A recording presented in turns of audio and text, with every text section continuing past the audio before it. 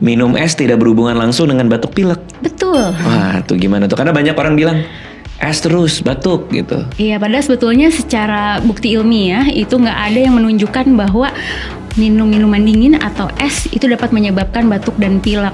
Batuk pilek yang sering terjadi pada anak atau common cold namanya, bahasa Indonesianya adalah selesma, itu seringkali disebabkan karena infeksi virus. Oke. Nah, infeksi virus ini ya jelas nggak ada hubungannya dengan minum minuman dingin atau es.